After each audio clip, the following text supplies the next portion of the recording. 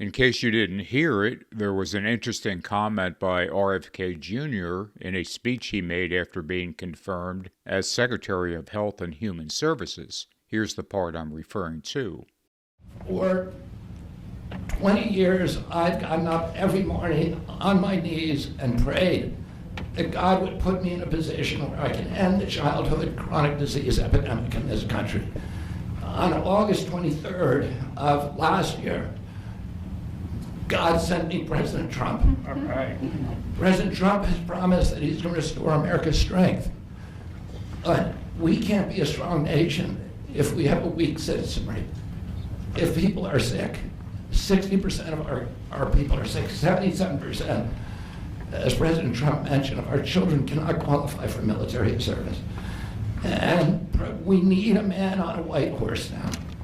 Kennedy's reference to Trump as a man on a white horse is rather interesting from a biblical perspective, as the rider of the white horse is the first of the four horsemen of the apocalypse. He is also the Antichrist. Perhaps even more remarkable, though, is that there is actually another direct connection of Donald J. Trump to the words white horse. If you don't know, in the late 1800s, Trump's paternal grandfather, Frederick Trump, moved from Seattle to the Yukon during the Klondike Gold Rush. Frederick Trump made a fortune operating a brothel and a bar for miners in White Horse, Yukon, one of 3 territories in northwestern Canada located just below Alaska. So Trump's own family is actually connected to a town named White Horse, as is the beginning of the Trump family fortune. But getting back to the biblical reference to the white horse, the verse in question is in Revelation 6:2 and reads as follows, "And I saw, and behold, a white horse, and he that sat on him had a bow, and a crown was given unto him,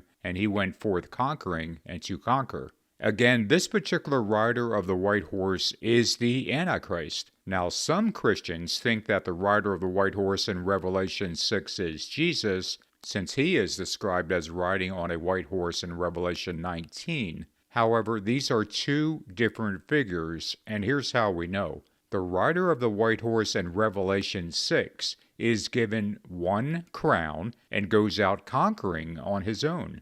Compare that to the rider of the white horse in Revelation 19, who has many crowns, and the armies of heaven are with him.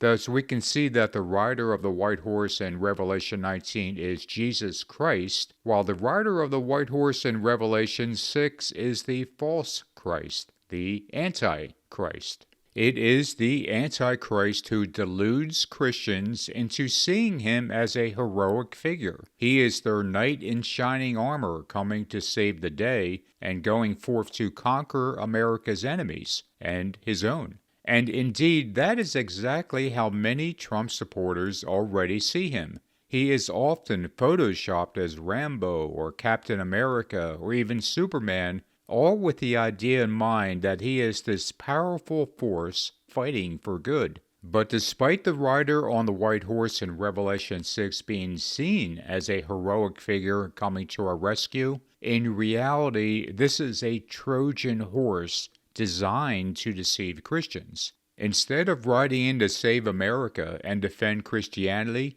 the rider of this white horse inwardly harbors evil ambitions designed to delude many and magnify his own name above that of anyone else. Donald Trump is indeed the rider on the white horse. He is the Antichrist.